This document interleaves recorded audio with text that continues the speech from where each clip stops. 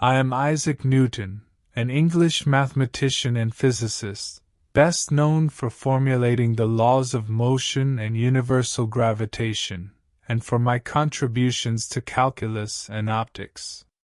Here are some facts about me. I am alone in the whole world. I had many conflicts with fellow scientists. They didn't understand me at all. I never forgave my mother. They say I have bipolar disorder. Maybe, but I don't have time for that. All facts are truth. I am ashamed of some things, and some things almost destroyed me. However, it is an integral part of my life. It proves that famous people have the same problems and life challenges as everyone else. Now all about it in more detail. Section 1. I am alone in the whole world. Loneliness. It's not something I sought, but it became an inevitable part of my life.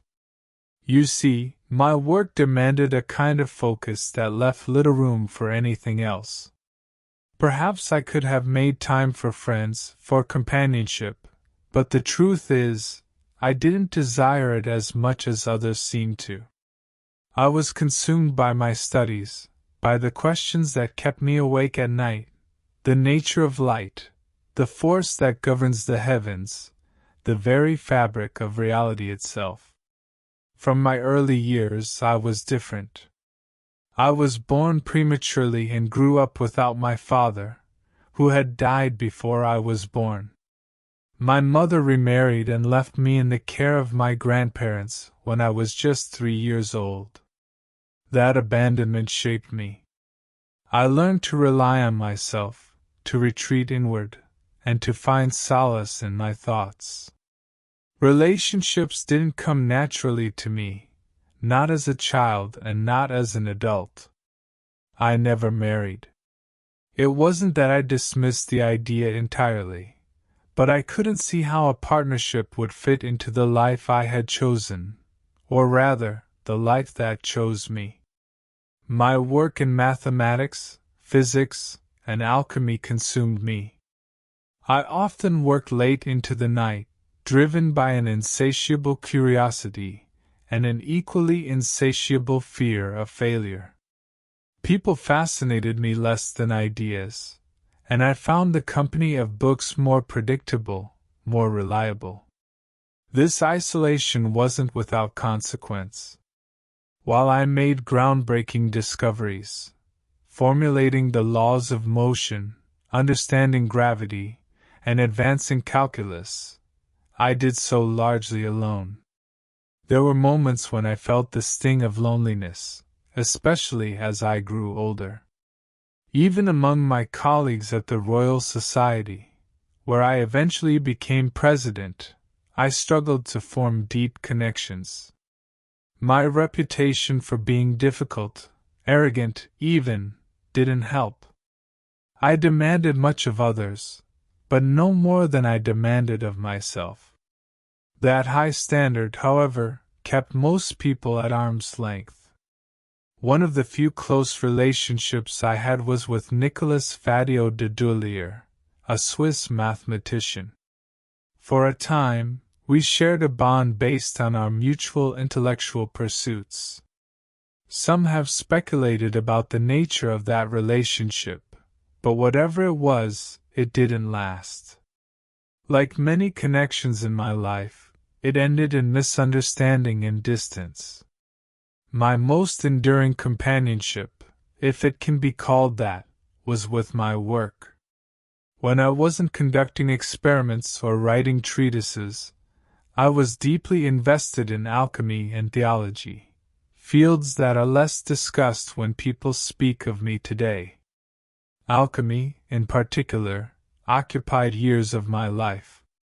I sought the philosopher's stone, the elixir of life, not because I wished for immortality, but because I believed it could reveal the fundamental truths of the universe. That pursuit was solitary, secretive, and in the eyes of many eccentric. But for me, it was a calling. Even in my later years, when I was at the height of my fame, I remained apart. My role as warden and later master of the Royal Mint brought me into contact with many people, but these interactions were professional, not personal. I focused on reforming the currency, rooting out counterfeiters with the same determination I had once applied to solving mathematical equations. But at the end of the day, I went home alone. Perhaps the closest I came to emotional connection was with my niece, Catherine Barton, who kept house for me in my later years. She brought some warmth to my otherwise cold domestic life, hosting gatherings and bridging the gap between me and the outside world. But even then, I remained distant. I observed more than I participated, preferring to remain an enigma even to those closest to me. Do I regret this life of isolation? It's difficult to say. My solitude allowed me to achieve what I did, to uncover truths that had eluded humanity for centuries. But it came at a cost. There were times when I envied those who could form deep connections, who found joy in the simple company of others. Yet I could never bring myself to prioritize those things. My mind was always elsewhere, on the orbit of the planets, the nature of light, the mysteries of God. I suppose the loneliness was both my burden and my strength. It gave me the space to think, to explore, to create. But it also left me without the comfort of companionship, without the warmth of close relationships that might have softened the harder edges of my life. Whether that was a fair trade, I leave for others to judge. For me, it was simply the life I lived. Section 2. Conflict with fellow scientists. Conflict. It was as much a part of my life as my work in mathematics and physics. My relationships with some of my contemporaries were marked by acrimony and distrust. Among them, my disputes with Robert Hooke and Gottfried Wilhelm Leibniz stand out as particularly bitter chapters. These conflicts, though they concerned intellectual matters, often became deeply personal and left scars on my reputation and the scientific community. Let me begin with Robert Hooke, a man of significant intellect but, in my view, also a man prone to overestimating his own contributions. Hooke and I were members of the Royal Society, and while we shared a commitment to scientific progress, we rarely saw eye to eye. Our most contentious disagreement revolved around the nature of light and optics. Hooke had published work on the subject, and when I presented my theory of light and colors, arguing that white light was composed of a spectrum of colors, he was one of my fiercest critics. He claimed my ideas were derivative of his own work, a claim I found baseless and infuriating. To me, his criticisms seemed more like attempts to assert his dominance in the field rather than engage in genuine scientific discourse. Our exchanges in letters and at society meetings became increasingly hostile, and my irritation with him only grew. Perhaps the most enduring symbol of our conflict was his claim that I owed my insights into the law of universal gravitation to his earlier work. He suggested that his discussions on planetary motion had inspired me, a suggestion I vehemently rejected. Hooke had a tendency to make broad, sweeping claims without the rigorous mathematical backing I demanded. While I could not deny his ingenuity in certain areas, I felt his self-promotion often overshadowed his actual contributions. Then there was Gottfried Wilhelm Leibniz, a man whose name will forever be linked with mine because of our clash over calculus. Both of us developed the fundamental principles of calculus independently, But the question of who arrived at these ideas first became a matter of intense and public debate. The seeds of this conflict were sown in the 1670s and 1680s when Leibniz began publishing his work on calculus. By this time, I had already worked out the basic principles of calculus, though I had not published my findings. When Leibniz's papers reached England, some of my supporters, particularly within the Royal Society, accused him of plagiarizing my unpublished work. Leibniz, of course, denied this and pointed to his own independent development of the method. The dispute escalated in the early 18th century. By then, I was president of the Royal Society, and the organization issued a report on the controversy, effectively accusing Leibniz of copying my ideas. It should be noted, however, that the report was written by my allies and not an impartial investigation. Leibniz was understandably outraged, and our correspondence deteriorated into accusations and counter-accusations. Looking back, I can acknowledge that both Leibniz and I developed calculus independently. His notation, in fact, proved more practical than my own and became the standard used in mathematics today. Yet, during my lifetime, I could not concede this. The rivalry had become too personal, and I was determined to defend my reputation at all costs. These conflicts, first with Hooke and later with Leibniz, took a toll, not just on me but on the broader scientific community. They fostered divisions, particularly between English and continental scientists, that lasted well beyond my lifetime. For all my contributions to science, I know my conduct in these disputes has been criticized. Some see me as overly defensive, even vindictive. There may be truth in that. I was fiercely protective of my ideas, and I struggled to separate legitimate critique from what I perceived as attacks on my character. I cannot change the past, nor can I undo the animosities that arose. What I can do is reflect on them honestly. Science is meant to be a collaborative pursuit, a collective effort to uncover the truths of our universe. Yet, as my own experiences show, it is also an arena for human frailties, ego, pride, and rivalry. I do not offer these words as an excuse but as an explanation. My conflicts with Hooke and Leibniz were not merely intellectual disagreements. They were battles over recognition and legacy. In defending my work, I defended my very identity as a scientist. Whether I was right or wrong in my actions, history will judge. For my part, I can only hope that my contributions to knowledge endure, even if my flaws as a man are remembered alongside them. Section 3. I never forgave my mother. My relationship with my mother, Hannah Asko, was complicated, distant, strained, and filled with unresolved pain. It is not a part of my life I speak of easily, yet it shaped much of who I became. I was born into loss. My father, also named Isaac, died before I was born. My mother, left a young widow, was my only parent, and for the first few years of my life, we were inseparable. But then came a change that I struggled to understand as a child. When I was just 3 years old, my mother remarried.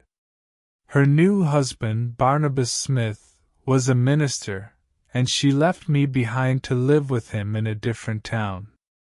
I stayed on our family's small farm, placed under the care of my maternal grandmother. That abandonment, as I saw it, left a deep wound. A boy of such tender years cannot fully grasp the complexities of adult decisions. I only knew that my mother had chosen another life, another family, over me.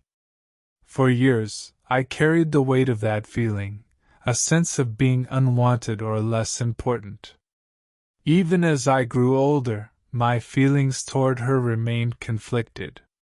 When her marriage to Smith ended with his death, she returned to the family home, bringing with her the 3 children from her second marriage, my half-siblings. By then, I was an adolescent, and our relationship was distant, even strained. While I never disrespected her openly, I often found it difficult to engage with her. She was a woman of strong will and practical concerns, while I was absorbed in studies and the workings of my own mind. My education at Cambridge marked another turning point. It distanced us further, both physically and emotionally. By the time I began making my own way in the world, our lives were on separate trajectories. I immersed myself in mathematics, natural philosophy, and theology, while she tended to the practicalities of family and land. As an adult, I returned to Woolsthorpe Manor, where she still lived. Yet even then, our relationship lacked warmth or reconciliation. I struggled to understand her choices, while she likely struggled to understand mine. I never married, never established a family of my own, perhaps partly because I feared the complications of such bonds. My work consumed me, offering a refuge from emotions I found difficult to navigate. When my mother fell ill later in her life, I did not step into the role of a dutiful son as perhaps I should have. Our estrangement was not openly hostile, but it was palpable. I did not reconcile with her before her death, and this failure to mend our relationship has lingered in my thoughts ever since. Reflecting on it now, I recognize that the estrangement between us was a tragedy of missed opportunities and unspoken words. Perhaps if I had been more understanding of her circumstances, or if she had been more attuned to my feelings as a child, things could have been different. But life is rarely so accommodating. I often wonder how my early experiences with her shaped my own personality. My tendency toward solitude, my obsessive dedication to work, my mistrust of others, did these traits take root in the soil of those early years, when I felt abandoned and alone? It is difficult to say with certainty, but I cannot ignore the connection. For all my achievements in science and mathematics, my personal life was far from exemplary. My relationship with my mother is a painful reminder that human connections, even those most fundamental, require effort and understanding, qualities I often neglected in favor of intellectual pursuits. I do not excuse myself for this, but I acknowledge it as part of who I was. To those who view my life through the lens of my work, I would remind them that even the brightest minds carry shadows. My estrangement from my mother was one of mine, and though I cannot change the past, I hope that others might learn from it, that they might see the value of tending to relationships with the same care as one tends to the pursuit of knowledge. Section 4. They say I have bipolar disorder. Maybe, but I don't have time for that. I was always driven by a singular focus, an intense compulsion to understand the world and the laws that govern it. From a young age, I sought knowledge with an obsessive determination. I was not content with simple answers. I needed to delve deeper, to understand the mechanisms behind everything. This pursuit of knowledge defined my life, and yet, it came at a heavy cost. I worked tirelessly, often without rest, immersed in my studies and experiments for days on end. Sleep was a luxury I could not afford, and food was merely fuel for my mind, not something to be savored. I became known for this, for my inability to break away from my work. Time would slip by unnoticed, days, weeks, sometimes even longer. It was not uncommon for me to neglect my health in favor of my intellectual pursuits. This obsession, this relentless drive, shaped much of who I was. I would become consumed by a problem, often losing track of time, of the world around me. I was like a machine, working without ceasing, often to the detriment of my own well-being. I would forget to eat, or when I did, I would eat irregularly. I would forget to sleep, convinced that I needed to push through the exhaustion in order to make progress. The need for perfection, for the absolute clarity of thought, was so strong that it overwhelmed all else. But there were consequences to this obsessive behavior. My health, both physical and mental, deteriorated as I neglected it. There were times when I would become so consumed by my thoughts that I would sink into a deep depression. The weight of my work, of the knowledge I sought, became too much to bear at times. I would retreat inward, isolating myself from others. My mood would swing erratically. Sometimes I would feel an intense sense of accomplishment and clarity, and at other times I would feel hopeless, lost in a sea of confusion. It was as though I was trapped in my own mind, unable to escape the constant barrage of thoughts and ideas that raced through my head. These periods of emotional instability were not occasional, they were regular. At times, they felt almost like a cyclical pattern, where I would experience intense bursts of creativity and intellectual productivity, followed by sharp, debilitating crashes into depression. It was as though my mind could not maintain the momentum it needed to continue at the level of intensity one demanded of it. Some have suggested that I may have suffered from bipolar disorder, given the extreme fluctuations in my mood and energy levels.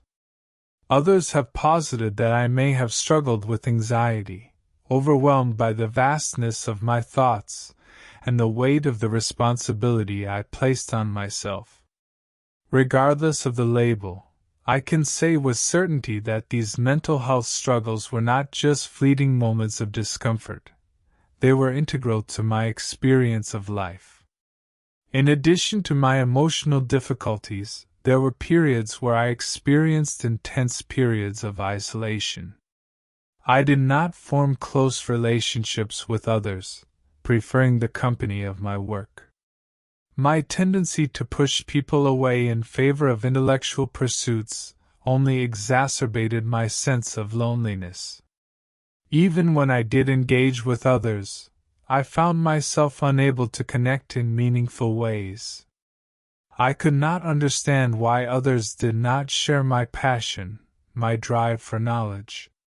My obsession with my work left little room for anything else, and as a result, I isolated myself more and more.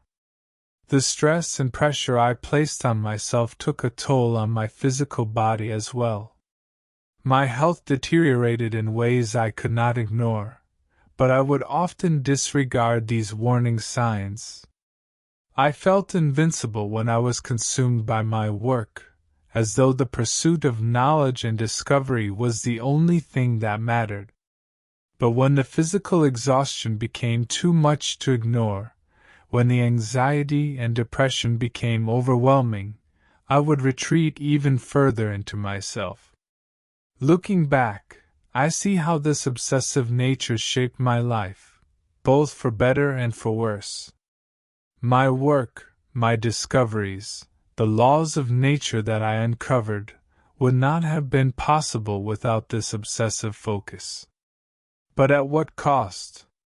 My mental health suffered, my personal happiness was compromised, and I was left alone, struggling to understand the world around me and the mind within me. The very thing that drove me to achieve greatness also isolated me from the world and from the people who might have helped me find balance. I have often wondered if it was possible to achieve the level of success I did without sacrificing so much of my own well-being. Was it necessary to isolate myself from the world in order to make the breakthroughs I did? Or could I have maintained my health, my relationships, and my work in harmony? It is a question I cannot answer, but it is one that haunts me nonetheless. As I reflect on my life, I cannot help but feel a sense of regret over the toll that my obsession took on me. While I would not trade my discoveries, I would have preferred to have experienced more of the world, to have lived a more balanced life. Perhaps my struggles with mental health were not inevitable, but rather a result of my own choices driven by an overwhelming desire for perfection and a relentless need to understand the world at any cost. In the end, I suppose that this is the paradox of my life. The very drive that led me to greatness was the same force that led to my personal downfall. Perhaps my story is a cautionary tale, a reminder that balance is as important as brilliance, that the pursuit of knowledge should not come at the expense of one's well-being, and that in seeking to understand the universe, we must also remember to care for ourselves.